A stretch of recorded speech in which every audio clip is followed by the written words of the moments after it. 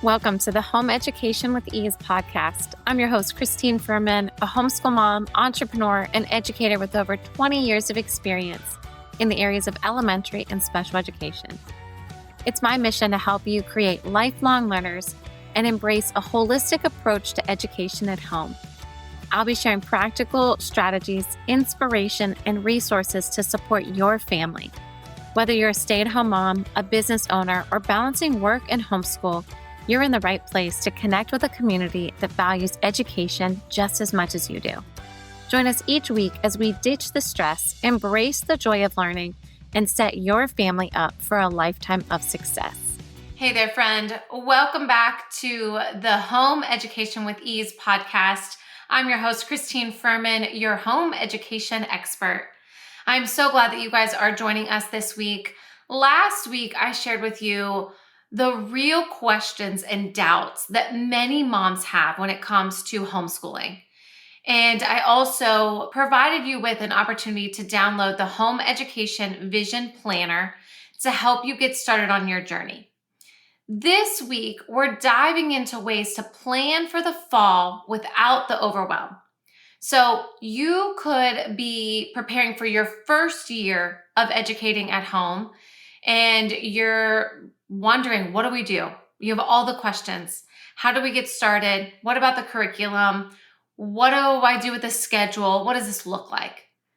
Or maybe you are navigating another year of educating at home and you are looking for ways to tweak it, right? Reflect on what worked, what didn't work, and figure out how you can find the flow that best meets your family's needs. Well, that's what we're going to talk about here today on this episode. How can we really plan for the fall without the overwhelm? Because it is fast approaching, and maybe you are already starting back with on your home education journey with your kiddos. I know if you are going with the public school schedule, I know when we were in school, 4th of July meant summer was practically over. It meant back to school shopping and summer was winding down. And I know for many of us that educate our kids at home, it's a little bit different. That pressure may not be there as much, but I do know that schools go back. Some schools in South Carolina here go back the end of July. I know that schools in Georgia go back the beginning in early August. I know back home in Pennsylvania, they don't go back until maybe the end of August. And I know everyone's homeschooling journey and schedule is different. I know some families that take off 1 month. I know some families that follow the school schedule. And for us, we homeschool throughout the year. And it may be a little bit more loose in the summer months. And we get really back into our, routine in, September, maybe after Labor Day. But we're still learning. We're still doing educational activities, even if it's not sit down at the desk and working within our main academics. So whatever that looks like for you and your family, because it can look different for every single family. What works for me may not work for you. What works for you may not work for your friend. And I have definitely experienced that. I have a group of homeschool families, and we all do it differently, and it all works because it's what works best for your family. And we're going to talk about that today. But before we dive in, I want to invite you to the exclusive Home Education with Ease Facebook group. It's a great opportunity to get connected with like-minded moms.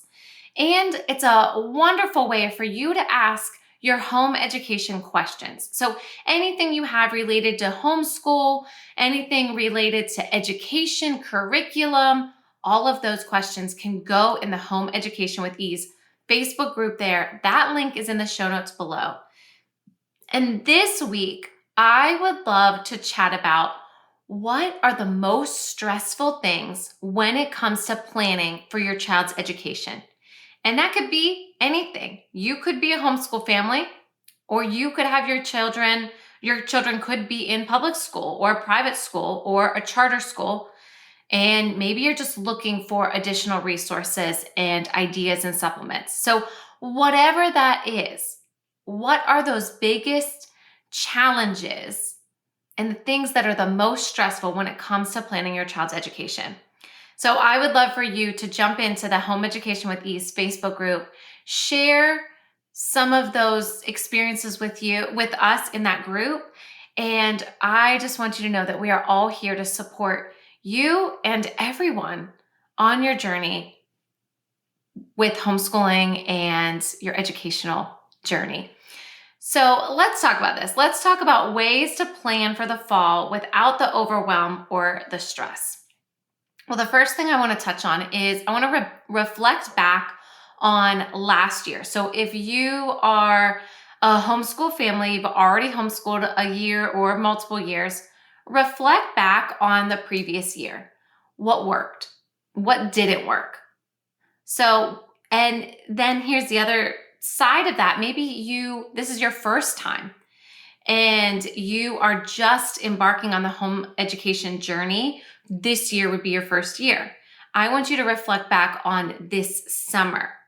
And I want you to think about this summer with some of the questions that I'm going to ask. So some of these reflection questions, think about what worked. What did you enjoy? What was something that you personally, as mom, as the educator in your family, what worked? What did you enjoy teaching? What did you enjoy? What experiences did you enjoy with your kids? You can even get a journal out and start writing these down and journaling them out. So then that way you can really reflect back and say, yeah, this is really what I love teaching my kids. Maybe you're a science person and you really nerd out on all the science topics. Or maybe you are a math person and you were just diving into all the math topics. What are those things that you really enjoy? So I know for me, I talk about business all the time. I talk about real life situations. I love crafting with the kids. I love getting in the kitchen. I truly, truly love turning every moment into a teaching moment. And as I've been reflecting back on that and kind of reflecting back on my own childhood, I've noticed that actually stemmed from my dad. He truly turned all of these moments into teaching moments. And I didn't realize it at that time. I didn't even realize it, when I was in college or when I was starting to create my curriculum. But as my children have grown, right? And I've seen them do different things with my dad, and especially since we live in Georgia and when we go to Pittsburgh, we stay with my parents. It gives us an opportunity to be there and spend a lot more time there. And these opportunities pop up, right? Like my dad has taught them about camping and going in the woods and how to start a fire and more survival kind of skills. And, one time they were making or fixing a ladder for the play set, the clubhouse that they had, and they started measurement and they did a whole lesson on measurement. And those are the moments that really light me up as a mom, as an educator. And that truly is the essence of EduPlay learning, of learning can happen all over all the time. It is the perfect balance of unschooling, of saying, what are your kids interested in? And run with that. Because if your kids are asking questions, dive into those questions. That is the important part of it all. I remember when I started, it was about the whys. Remember those stages, and maybe you're in that stage of your 4 or 5-year-old constantly asking, why? Why does this happen? Or maybe even younger. Why? And instead of saying, well, just because, we want to start leaning into those whys and not stopping. And that's where I'm at even to this day with my kids as 10 and 8. When they ask me a question, I'm in. And now we have these amazing devices that we can ask constantly and say very quickly, hey, what is this, right? whatever the question is, because you can give them your information, but then you can research more and in depth. And then the other part of that is finding out what your kids enjoy. Is there a specific thing that your kids were like, whoa, I loved learning about that? I know for Alex, my son, he loves math, all science. He wants more of it. And I'm like, okay, I'm here for that. Let's make it happen. My daughter, reading, acting, performing, drama, theater, those kind of things. And I'm here for that. Let's lean into both of those. Now, does it mean that she doesn't do as much math and he doesn't do as much drama? No, we blend them together and we're able then to say, look how he solved this problem. It's different than the way I taught it. This is how his mind is working. And maybe this is a method that could help you understand this specific skill better. So I love that. I love being able to reflect on what do I enjoy as a mom, as an educator, and what are the kids enjoying, and lean into that. Do they enjoy more videos? Lean into it. This is your curriculum. This is your education for your children, and you get to choose what you're going to teach. Even if you've bought a curriculum, you have the opportunity to say, you know what? This doesn't work exactly the way I hoped it would. You can either tweak it, you can abandon it completely, which I know that there are families that have done that. And I know it's expensive. Curriculum is expensive. And I know people that have just completely abandoned curriculum because they're like, I don't understand it. It doesn't fit the needs of my family. And we're going to find something new. So keep that in mind, that you are in control here of your child's education, and lean into the things that are working. And then let's look at the other part of that, the things that aren't working. And remember, take some moments, pause this podcast and journal it all out of what can we lean into and what are the things that we need to change. What are some things that were frustrating for you? So maybe it's a specific topic. Maybe it's distractions that come up. Maybe it's, a certain part of the curriculum and it's like, I just don't understand this. Maybe it's not planned out well enough. And then what is something that was frustrating for your kids? Again, was it the way something was taught? Was it a specific skill? Maybe they just need extra practice, or maybe they need it to be taught in a different method. Maybe if you are trying to, I'm thinking about multiplication right now, okay? That's kind of where my brain went. So there's lots of ways to teach multiplication. Hands-on with actual visuals. You can teach it with song. You could teach it the old school method, the flashcards and the facts, right? You can write the facts on the board. You can practice them. You can break it all apart and do repeated addition. As you get into double digits, there's multiple ways to multiply. There's many different ways to practice a specific skill. So what does your specific child need to learn that skill? That's what you need to lean into. It's not about what everyone else is doing. It's about what fits your family best. If your child needs hands-on and they learn best by using their snacks, then do it. At snack time, practice multiplication. If they learn best through flashcards, practice them all the time. Take them with you when you are in the car or when you're running errands or on a road trip or going to the park. Before you jump into the pool, say this multiplication fact. And it is okay if you are doing things differently than everyone else around you, because you are meeting the needs of your child then. And I firmly, firmly believe that. So here's another thing that may cause this didn't work very well. It could be causing you frustration. It could be causing your kids frustration. Maybe it's a topic that's not your strong suit. And that's okay. Okay, I know for me, my husband, his background is engineering. And there are many times when we're having a conversation and I go to start answering and maybe I question myself, right? Maybe I'm like, I need to fact check myself before I lean into this conversation, right? So many times I'm like, all right, Dad, what do you think? What's your thought on this topic? So I lean to him, to my husband, because he has a more mathematical background and he might be able to give a better explanation than I would. So lean into people because it may be an opportunity for you to tap into someone else's expertise, whether that's a family member, whether that is a video, a different video, right? Look, we have YouTube that we can look up videos constantly. And we can get resources right at our fingertips.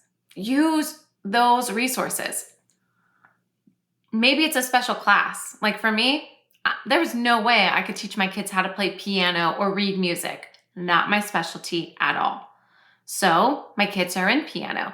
My kids are in voice lessons. They're reading music. They're practicing an instrument because one, I know how important it is for them. And two, I knew that was something I could not teach them. So I have to take that, what are my goals? And I have to make sure it fits the needs of my family. There are online classes you could do. We're doing classes within our church. Look at things within programs at your church or different homeschool groups. So think about that. It may not be your strong suit, so you can lean on your community. And I want to share, if you don't have a community, this would be a great opportunity to really dive into EduPlay Learning and the community that we have. And maybe it really is a great way to meet the needs of your children because it is all hands-on. It is multi-sensory. It is custom to meet the needs of your family. So keep that in mind. EduPlay Learning really may be a good resource for you to tap into to say, hey, I do need a little extra help. Maybe you're not crafty. Many moms say that to me often, like, I am not crafty at all. I don't know what to do. And EduPlay Learning has crafts for that preschool age group that I love doing with them. So that's my one of my favorite things. So keep that in mind. And then we kind of touched on this a little bit, but what does your child need? Does your child need hands-on instruction? Do they need to have the manipulatives, to have the pieces in front of them for the pieces to make sense for them? Or do they need more videos? Or do you need to look into one-to-one tutoring? So that's something that a lot of families reach out to me for as well. And they say, listen, I've tried to teach my child how to read.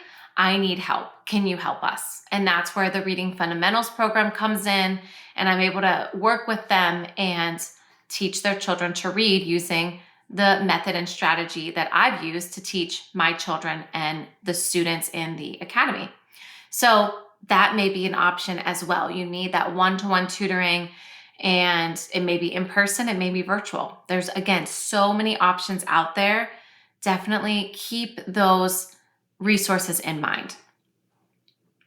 And then let's talk about, what do you want your days to look like? What does that instructional time look like for you? What about your breaks? How about field trips and then building in some reset days? So look at your schedule. For me, I also run a business and my children have activities outside of the home. So I have to look at my schedule and say, when are our instructional days? When am I home? When do I have no calls, no interruptions, that I can truly focus on my children? And those are the days that I need to give 100% to them. When are the days that I have calls or I have business requirements? Those are the days that I have to focus on the business, and my kids get either one-to-one instruction, maybe those are lessons, or maybe they're working on some different projects that we've started, or like Ella has started her own dog business. She's creating and making orders. Alex is always building something and creating something. Like those little projects are part of it all. So keep those things in mind too. And you also have an opportunity to say, okay, here is an activity to reinforce the lesson that we practiced the day that we worked together. So those are some things that you can do as well. And then keep in mind, like, when do you want to do field trips? Do you want to do them once a week? Do you want to do them multiple times a week? Do you want to do them once a month? And don't forget to plan in your breaks, not only during the day for you and for your kids, but also those reset days to be able to take your curriculum, reset, reflect, and kind of figure out, what does that look like? Is that a reset day once a week? Is it a half a day? Is it maybe just one morning? Or is it something that you just need once a month? So kind of keep that in mind as well. And I just want to add, for those reset days, moms, I want you to take into account your cycle. And I've been leaning into this so much more because I just realized, coming off of my cycle, I was in a way better headspace to reset the house, right? We just got back from our Disney trip and I needed to kind of reset everything before we move on to our next trip. And I was like on it. I was ready to clean. I'm ready to throw out things. I'm ready. And I noticed that once a month or around that time, I'm in a zone where I'm ready to focus and reset and kind of get everything back to normal so I can move forward again. So kind of keep that in mind as well, and lean into your cycle when you are planning. And if you need more resources on that, I do have a podcast about cycle syncing, and I also have some book recommendations. So if that's something you are really interested in, definitely reach out to me. You can always PM me or send me an email. All those links are in the show notes below because I would love to share more information about that. So the last thing that we're going to talk about, we're just going to touch on it a little bit because we're going to dive into this a little bit more next episode. But think about your schedule as well. So as we're planning for the fall, what does that schedule look like? And we talked about this where, plan for those down times, right? Look at your schedule and see how often you need to reevaluate your schedule. For me, I need to reevaluate about once a month because we travel often. My work schedule changes. My husband's work schedule changes. And he may be traveling and maybe I have to pick up the kids when normally I wouldn't have to. So keep those things in mind of what does the schedule look like for now. And maybe you have a base schedule and then you just know that you have this flexibility, because it's really a good idea to have a plan, but allow for that flexibility. I love that. That is huge for me. It's been crucial for me ever since I was in the classroom teaching special education in the life skills classroom. I needed a plan, but I needed to be flexible because you never know what the day is going to bring. You may not have a good night's sleep. Your kids may be up all night. Maybe someone doesn't feel well. So having a plan, but knowing you're allowed to be flexible and you can work around that plan. So keep in mind those few things. And like I said, we're going to talk more about schedule, about what does that look like for you and your family in the next episode. And, just always really keeping in mind that this is what fits best for your family. Because really learning can happen anywhere and anytime. I'm a huge believer in that. You can take anything and turn it into a lesson for your kids. You can be doing math problems at the kitchen table. You could be practicing facts at the park, or, reading a book in the car on the way to your lessons or running errands. All of those things count as learning. It doesn't have to be sitting down at a table for it to count as schoolwork. And that to me is really what's so important to share with everyone, because I think we often have this mindset of, well, if we're not sitting down and at a table, we're not doing school. And that to me is just really not the reality. School is learning, not even school, it's learning, and education is happening all around us. And we just have to take those moments and lean into them. So if you're thinking still like, all right, Christine, I understand, but I still don't know where to start. It's still a lot. It's still too much. Well, I want you to know that EduPlay Learning is here to help. So I want you to take a moment and fill out the EduPlay Learning questionnaire in the show notes. That link is going to be in the show notes there. And once you fill that out, you will receive a complimentary call with me to discuss what are the next best steps for your family, specifically for your family. I'm a huge advocate for making sure we're coming up with a plan for your family, because every family is completely different. And that's what it's all about over here. So I just would love for you to check out those show notes. The link for that questionnaire, the EduPlay Learning questionnaire, is in the show notes, and the link for the Home Education with Ease Facebook group. I would love for you to join that conversation and share with me your biggest struggles when it comes to planning. And I want to be able to support you and chat with you in the Facebook group and really help make your journey enjoyable, full of peace, full of ease. Well, be sure to join me next week as I share with you ways that you can start the school year off strong with practical steps and simple routines. And remember, friend, always see each moment as a chance to learn, create, and have fun. Thank you for tuning in to the Home Education with Ease podcast. I hope today's episode left you feeling empowered and ready to take the next steps on your home education journey. Your support means the world to me. Please subscribe, leave a review, and share with a friend. For even more resources, be sure to join the free Facebook group, Home Education with Ease, and visit eduplaylearning.com to explore programs and subscription kits. You can find the links and any other links mentioned in this episode in the show notes below. Remember, you're not alone. This community is here to support you every step of the way.